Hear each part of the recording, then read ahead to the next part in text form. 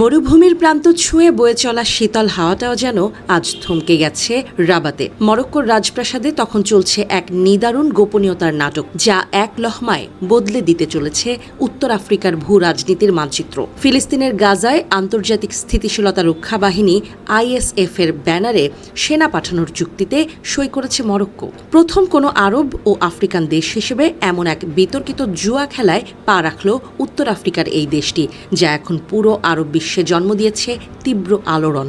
আমেরিকার তৈরি বিতর্কিত শান্তি পরিকল্পনা এবং ডোনাল্ড ট্রাম্পের ছক কষা বোর্ড অফ পিসের সুতোয় বাঁধা পড়েছে এই সামরিক চুক্তি।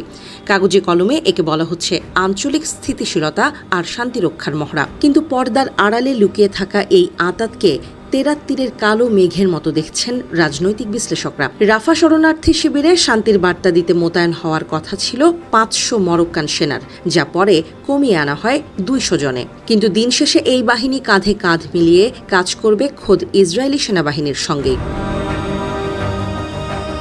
রাজধানীর রাজপ্রাসাদে যখন পররাষ্ট্রমন্ত্রী নাসের বরিতা আর বিদেশি প্রতিনিধিদের করমর্দনে হাসি ফুটছিল, তখন মরক্কোর সাধারণ মানুষের মনে জ্বলছিল দাউ দাউ আগুন। ফিলিস্তিনের প্রতিরোধ সংগঠন হামাস যখন মার্কিন পরিকল্পনার ফাঁদে পড়ে অস্ত্র সংবরণের কথা ভাবছে, ঠিক তখনই ইসরায়েলি উগ্রপন্থীরা গাজা উপত্যকায় তাদের অবৈধ বসতি আরও বাড়ানোর চক্রান্ত এঁকে চলেছে। তবুও মরক্কো সরকারের সাফাই, এই পদক্ষেপ নাকি আন্তর্জাতিক সহযোগিতা এবং ফিলিস্তিন নীতির প্রতি তাদের অবিচল প্রতিশ্রুতিরই এক অনন্য বহিঃপ্রকাশ। কিন্তু সরকারের এই বুলিগলা গলতে নারাজ দেশটির আপামর জনতা। ফিলিস্তিনিদের প্রতি সহানুভূতি জানাতে গিয়ে মরক্কো কি তবে নেপথ্যে ঘাতকের দোসর হয়ে উঠছে? মরক্কোর BDS বা বয়কট আন্দোলনের সংগঠক থেকে শুরু করে সাধারণ মানবাধিকার কর্মীরা স্পষ্ট ভাষায় জানিয়ে দিয়েছেন, এই সেনা মোতায়েন শান্তি রক্ষা নয়, বরং সরাসরি এক নতুন উপনিবেশ কায়েমের নোংরা চক্রান্ত। ইসরায়েলি ট্যাঙ্কে চড়ে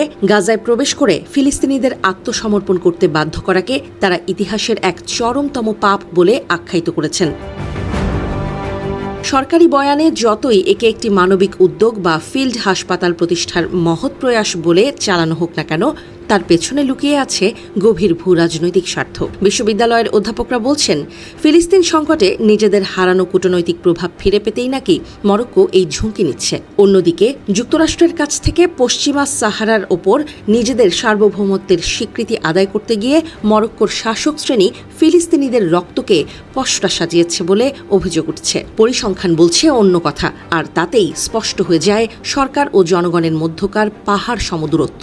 সাম্প্রতিক এক আরব ইন্ডেক্সের সমীক্ষায় দেখা গেছে, মরক্কোর প্রায় 89% মানুষ ইসরায়েলকে স্বীকৃতি দেওয়ার ঘোর বিরোধী। মাত্র 6% মানুষ নামমাত্র এই স্বাভাবিকীকরণ চুক্তির পক্ষে সায় দিয়েছেন। জেনজি প্রজন্মের তরুণ থেকে শুরু করে রাজপথের পোড় খাওয়া কর্মী সবাই আজ এক বাক্যে এই সিদ্ধান্তের তীব্র নিন্দা জানিয়ে বলছেন, ইসরায়েলি দখলদারদের সঙ্গে হাত মেলানো মানে সরাসরি গণহত্যার অংশীদার হওয়া। প্রতিবেশী দেশগুলো যখন এই ফাঁদ থেকে নিজেদের দূরে সরিয়ে রেখেছে বা কেবল নামমাত্র লজিস্টিক সহায়তায় সীমাবদ্ধ থেকেছে, তখন মরক্কোই একমাত্র আরব দেশ হিসেবে সরাসরি সেনা পাঠিয়ে এক বিপজ্জনক পথে পা বাড়ালো। তিউনিসিয়া বা মিশরের মতো দেশগুলো যখন দূর থেকে পরিস্থিতি পর্যবেক্ষণ করছে, তখন রাবাত যেন স্বেচ্ছায় টেনে নিয়েছে এক আত্মঘাতী জুয়ার প্যাচ।